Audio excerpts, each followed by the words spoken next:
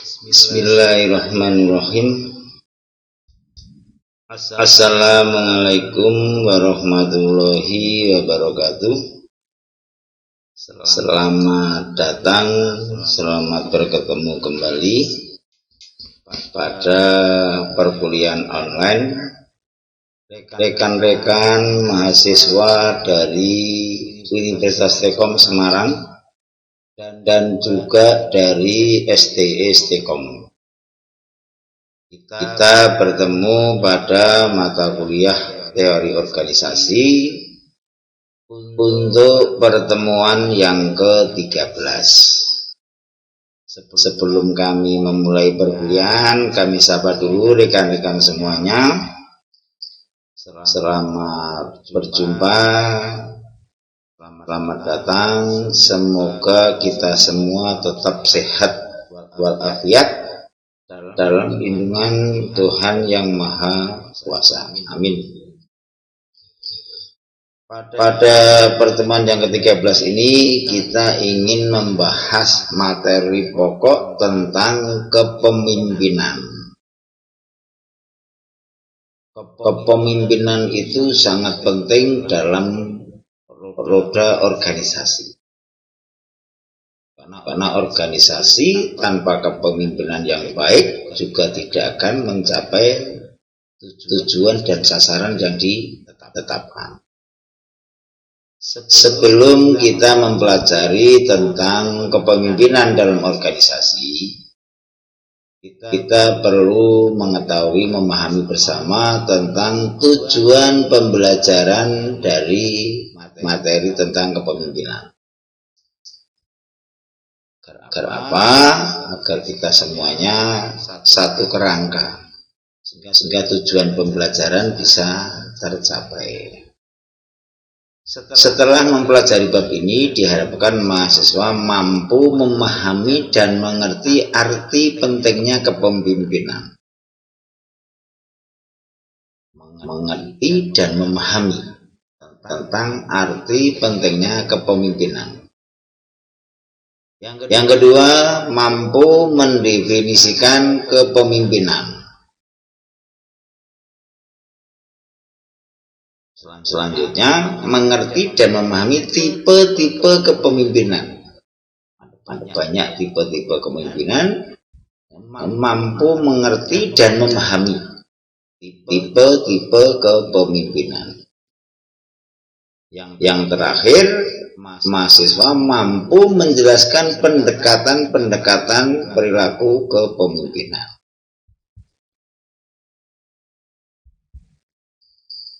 Itu terkait dengan tujuan pembelajaran pada materi tentang kepemimpinan. Sebelum kita membahas lebih mendalam tentang kepemimpinan, di lingkungan kita, apakah di lingkungan pekerjaan, apakah di lingkungan kantor, lingkungan masyarakat, sosial kemasyarakatan, apakah itu kemasyarakatan keagamaan, kepemimpinan itu tidak bisa lepas dari berorganisasi. Bahkan dalam satu keluarga pun kepemimpinan itu sangat penting. Kepemimpinan itu akan mencerminkan keberhasilan organisasi. Suatu keluarga yang tidak bertengkar, yang bisa harmonis, lancar semuanya, bahagia lahir dan batin, salah satunya juga tidak lepas dari faktor kepemimpinan. Dalam suatu organisasi, keberhasilan organisasi biasanya ditunjukkan oleh keberhasilan pemimpinnya. Kita melihat yang di depan lingkungan kita sendiri, misalnya di tingkat kelompok masyarakat, tingkat kelurahan atau desa. Keberhasilan kepala desa atau kepala kelurahan biasanya akan ditentukan oleh bagaimana situasi organisasi masyarakat yang ada di lingkungan tersebut. Begitu juga yang lebih luas lagi. Kalau kita melihat di media-media sosial, di media-media elektronik, keberhasilan para pemimpin partai politik misalnya, keberhasilan para manajer perusahaan BUMN misalnya, keberhasilan seorang pemimpin ini biasanya mencerminkan keberhasilan organisasi. Contoh sederhana, terlepas dari banyak orang yang mungkin kurang setuju, mungkin kurang sepaham dengan Ibu Megawati, apalagi beberapa waktu baru dapat gelar profesor dari Universitas Keamanan, Hankam. Keberhasilan beliau dengan cara manajemen beliau, memimpin beliau sebuah partai politik yang sangat besar, terlepas mungkin banyak juga kritikan di sana sini, ini mencerminkan keberhasilan kepemimpinan seorang Megawati dalam memimpin partai politik PDI Perjuangan. Dan ternyata dalam survei-survei politik, partai politik PDI Perjuangan tingkat elektabilitasnya tinggi. Relatif kecil ketika terjadi gap atau konflik antar kelompok, karena di sana ada kekuasaan prerogatif ketua umum. Misalnya akan mengajukan kepala daerah, arus bawah mengajukan A, tapi ketika dari pimpinan pusat menunjukkan C, ya harus ikut. Ini sebagai ilustrasi pentingnya dan strategisnya peran pemimpin dalam satu organisasi. Keberhasilan suatu organisasi biasanya identik dengan kesuksesan seorang pemimpinnya. Tetapi dalam bekerja, pemimpin tidak bisa kerja dengan sendiri. Tetapi harus ada kerja kolektif, kerja tim, kerja bersama. Nah, keberhasilan pemimpin dalam satu organisasi adalah mampu mengelola, mampu mengakomodir, bahkan mampu mendorong masing-masing elemen, masing-masing kelompok dalam organisasi dalam melakukan tanggung jawab dan pekerjaannya. Seorang pemimpin yang berhasil itu mampu mengelola sumber daya yang ada, apakah sumber daya manusianya, sumber daya sosial, bahkan juga sumber daya kapital atau sumber daya modal. Ini pentingnya pemimpin dalam satu organisasi. Dan biasanya dalam praktek suatu organisasi itu akan bergeser, bahkan akan mulai timbul konflik ketika terjadi pergantian pemimpin. Di negara kita, di lingkungan kita, di sekeliling kita, organisasi sosial kemasyarakatan banyak ketika pemimpinnya berganti juga timbul konflik, ada ketidakpuasan di sana misalnya, atau karena ada gap-gapan di sana. Organisasi kepemudaan, organisasi partai politik misalnya. Nah, kepemimpinan dalam satu organisasi partai ataupun organisasi sosial ini karena apa? Mengarah kepada pola-pola yang berbeda, meskipun aturan organisasinya sama. Kenapa? Kebawa oleh sikap dan ciri-ciri pemimpin tertentu. Sementara pada sisi yang lain, ukuran keberhasilan suatu organisasi ya ditentukan salah satunya oleh bagaimana seorang pemimpin sebagai lokomotifnya yang akan membawa organisasi itu ke arah mana. Sehingga keberhasilan seorang pemimpin, ukuran keberhasilan seorang pemimpin biasanya ditinjau dari kesuksesan dalam mengelola organisasi. Tidak ada konflik. Kalau organisasi bisnis ya profitnya yang tinggi dan segala macam. Ini pentingnya suatu atau seorang pemimpin dalam organisasi. dalam memimpin suatu organisasi. Ada banyak studi, ada banyak teori tentang kepemimpinan. Bagaimana pemimpin yang baik menurut A, bagaimana pemimpin yang sukses menurut B, bagaimana kepemimpinan yang hebat menurut teori tertentu. Nah, ada banyak studi tentang kepemimpinan, tergantung bagaimana cara memandang teori kepemimpinan tersebut. Contoh, kalau seorang pemimpin organisasi kemasyarakatan keagamaan, pertimbangan profesionalisme itu mungkin ke nomor sekian. Yang paling utama adalah sisi moralitasnya, akhlaknya, senioritas. Kalau dari sisi lembaga ataupun organisasi keagamaan. Nah, dengan demikian, bagaimana teori kepemimpinan itu bisa muncul?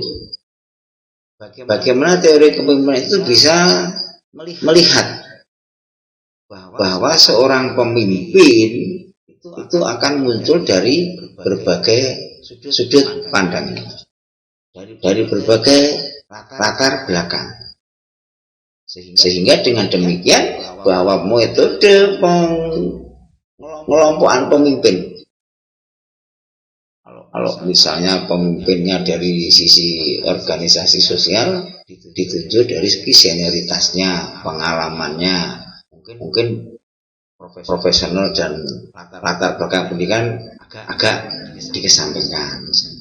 Tetapi untuk organisasi yang formal, birokrasi misalnya, mestinya ada syarat-syarat tertentu, golongan kepangkatan, kapasitas kemampuan, dan segala macam. Nah, ditinjau dari segi teori tentang kepemimpinan yang bermacam-macam sudut pandang tadi, ada bagaimana kita melihat cara seorang pemimpin dibedakan dari asalnya. Sehingga seorang pemimpin dapat dibedakan, satu, pemimpin yang tumbuh secara alamiah, yang memang prosesnya mengarah ke sana. Ketika membuat organisasi dari berbagai kelompok, dari berbagai anggota, melalui proses yang panjang, tumbuh pemimpin yang memang secara alamiah berhak jadi pemimpin dalam organisasi tersebut. Pengalaman organisasi di situ juga sudah banyak, kemampuan memimpin juga memenuhi syarat, senioritas juga ya udah tumbuh secara alami. Jadi memang pemimpin itu secara natural, ya inilah yang jadi pemimpin.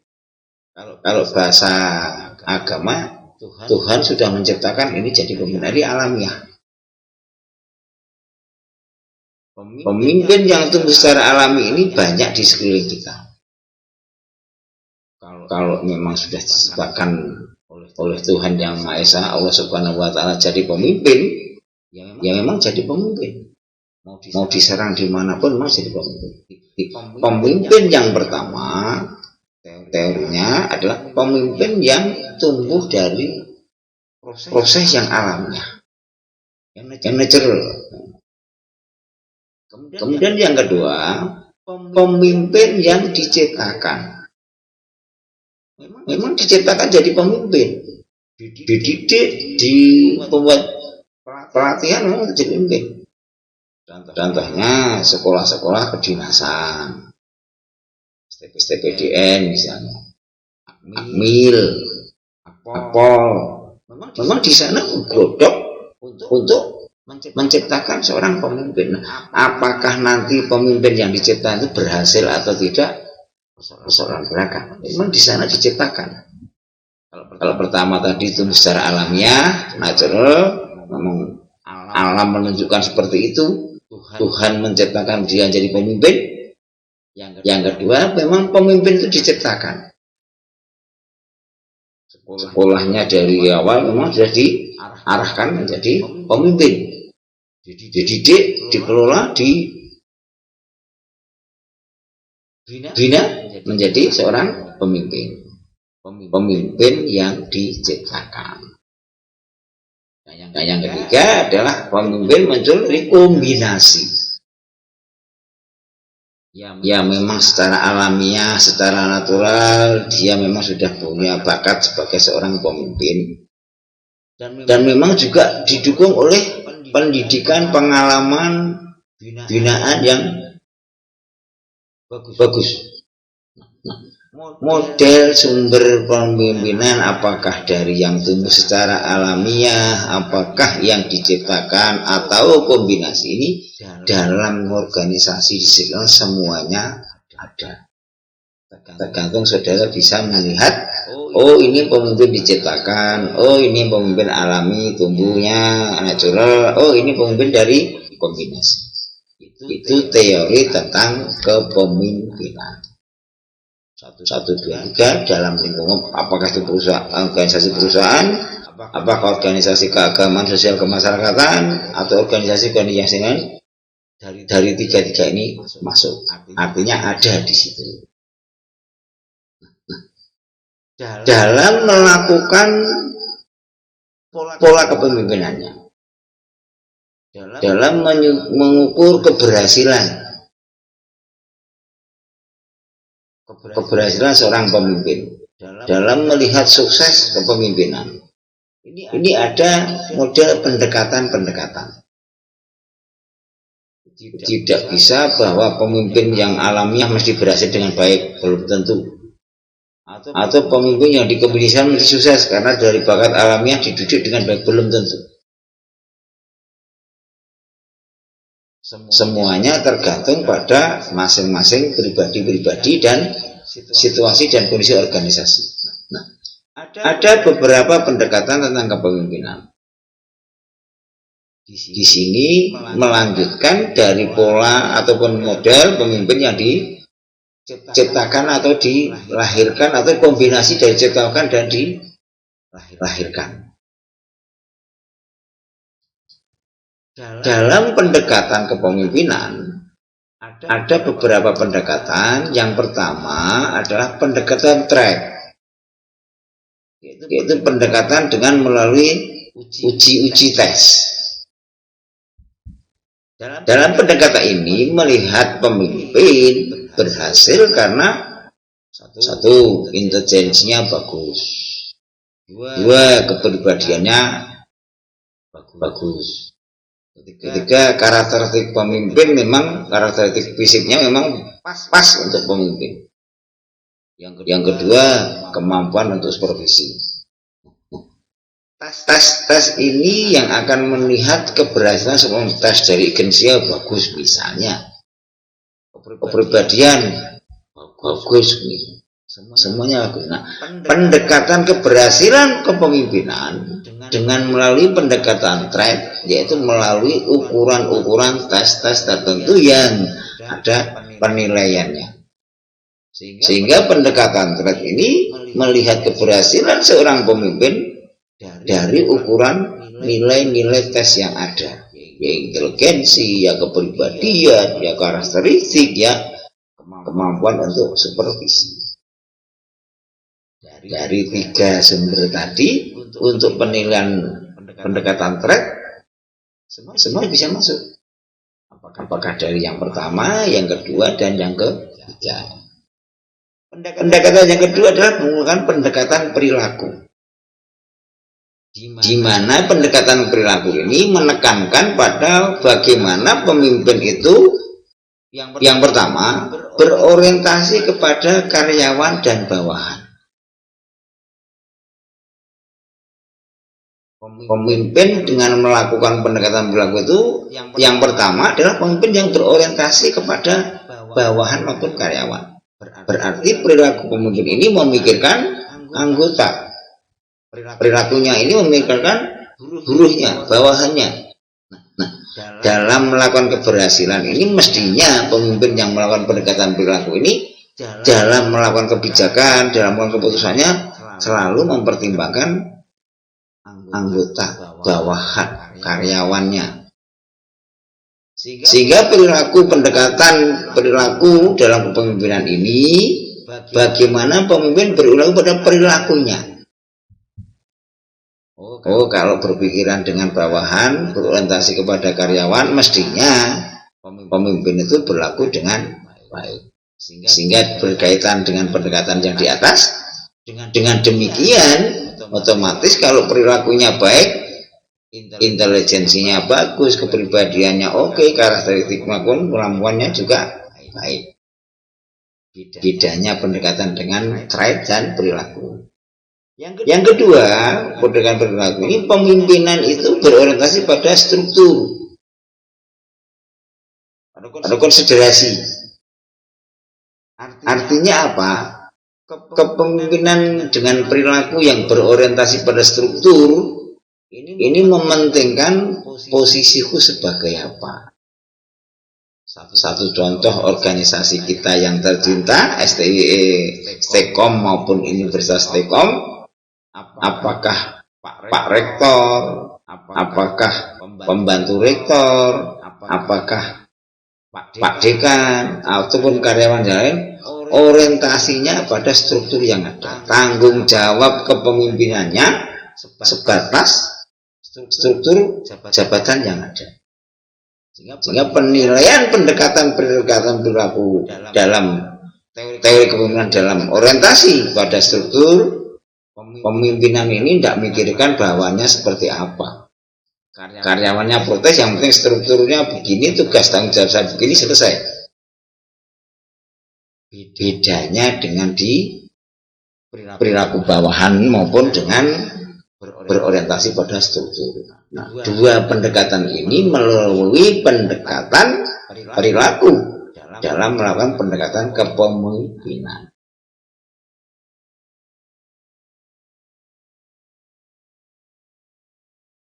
Kita lanjutkan kepada tipe-tipe kepemimpinan.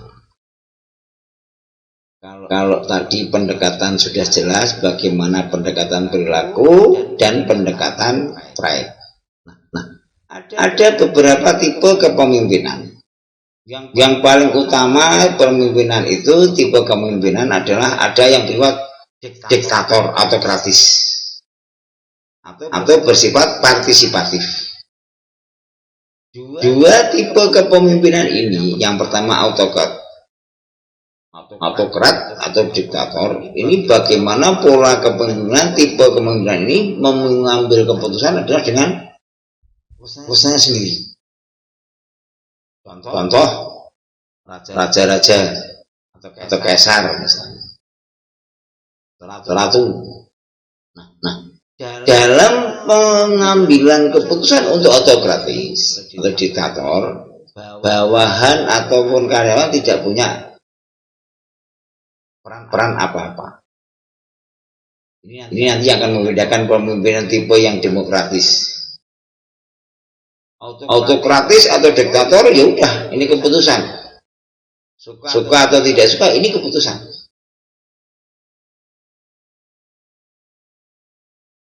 Yang kedua, tipenya yang demokratis atau partisipatif, di mana tipe kepemimpinan ini melibatkan partisipasi anggota, partisipasi bawahan dalam pengambilan keputusan, misalnya pengambilan keputusan yang demokratis. Artinya apa? Bahwa keputusan yang diambil, kebijakan yang diambil, hakikatnya adalah merupakan kristalisasi aspirasi dan masukan, bahkan kepentingan dari bawahan, partisipasi. Secara umum, dua tipe ini, apakah autokratis, apakah demokratis, ini umum dijalankan dalam setiap organisasi. Hanya bagaimana tingkat autokratisnya seberapa, diktatornya seberapa, itu yang relatif. Dalam pada batas tertentu, diktator itu dipentingkan, dibutuhkan. Karena kalau tidak dilakukan dengan cara-cara pengambilan keputusan diktator yang autokratis, mungkin bawahan, karyawan ataupun anggota yang lain jadi tidak begitu kuat. Satu contoh, keputusan harus diambil secara autokratis atau diktator. adalah ketika para pemimpin sekarang menerapkan kaitannya dengan penyelamatan ataupun penanganan COVID-19. Ini harus dibuat diktator, harus dibuat autokratis. Kalau dibuat hanya bersifat demokratis, masyarakat akan punya pandangan sendiri. Terlepas keputusan yang diambil oleh pemimpin dalam konteks autokratis maupun diktator tidak dijalankan secara itu persoalan lain. Tapi kita ingin melihat bagaimana tipe kepemimpinan, di mana ada tipe yang bersifat autokratis dan tipe yang demokratis. Bukan demokratis menjadi baik, lebih sempurna dengan autokratis, belum tentu. Dalam aplikasi prakteknya tergantung bagaimana organisasi itu berjalan, bagaimana organisasi itu bergerak melakukan aktivitas kegiatannya. Itu garis besar tentang tipe kepemimpinan. Selain itu pemimpin juga akan dibedakan dari mana toh kepemimpinan itu. Semua ini juga ada dalam praktek di sekeliling kita. Yang pertama, pembedaan pemimpin dari segi dari mananya adalah pertama karismatik. Pemimpin karismatik ini muncul karena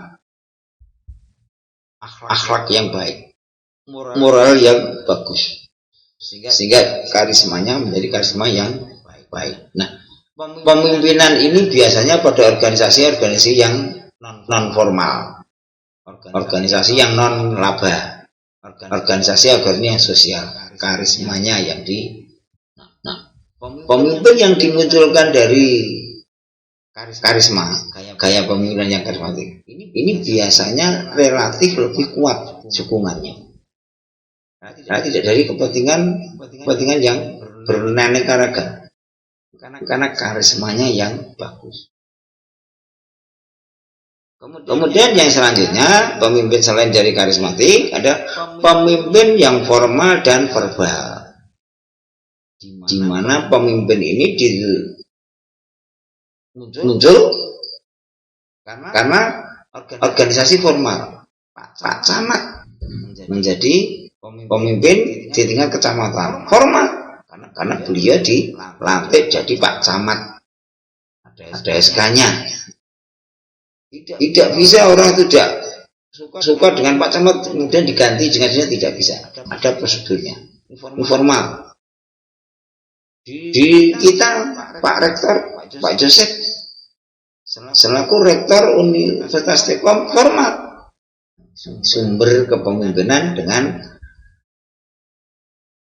Universitas Telkomnya Pak Rektor, SK-nya jelas, formal, verbal, dan konstitusional. Kemudian pembedaan lagi yang ketiga adalah pemimpin sosial, yaitu pemimpin yang muncul dari kegiatan-kegiatan maupun organisasi-organisasi sosial.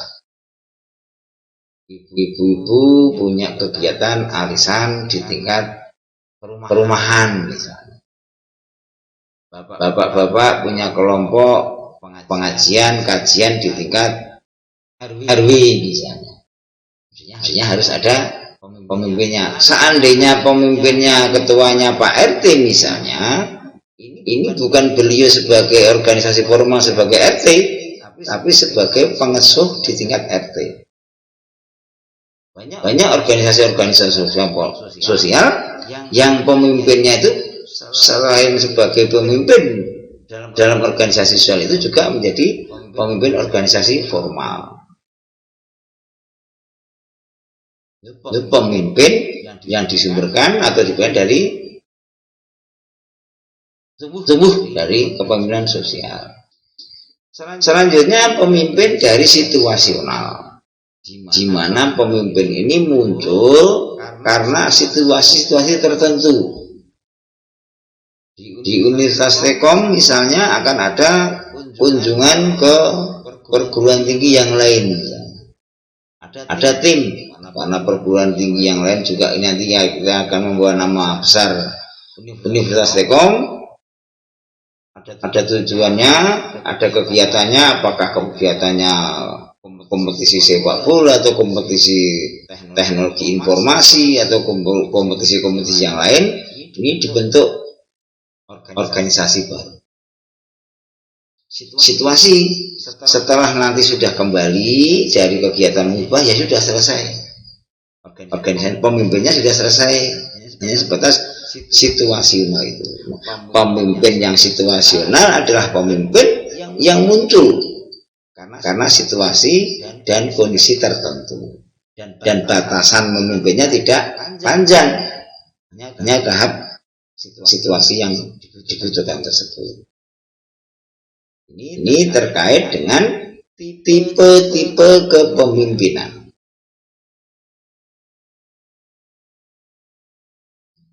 Sebagai penutup, kami sampaikan bahwa kepemimpinan itu sangat penting.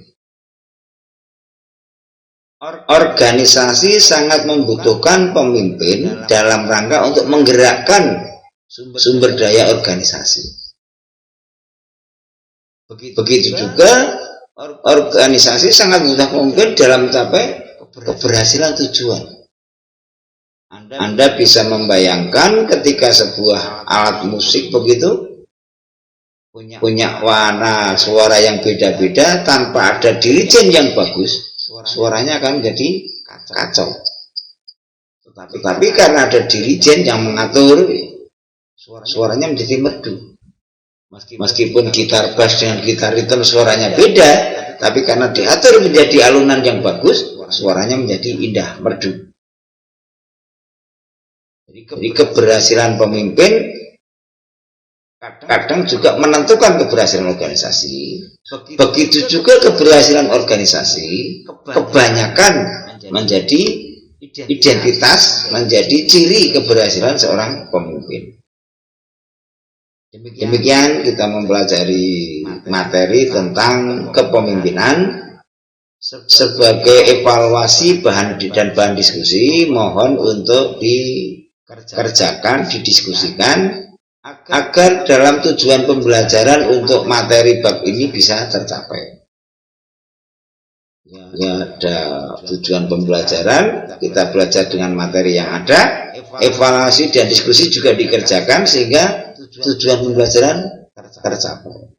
Demikian yang kami sampaikan materi tentang kepemimpinan untuk mata kuliah teori organisasi kelas kuliah full online dari rekan-rekan mahasiswa Universitas Stekom Semarang dan STI Stekom.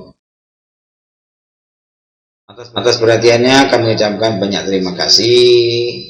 Kemudian apabila banyak salah, banyak kekurangan, saya sampaikan permohonan maaf.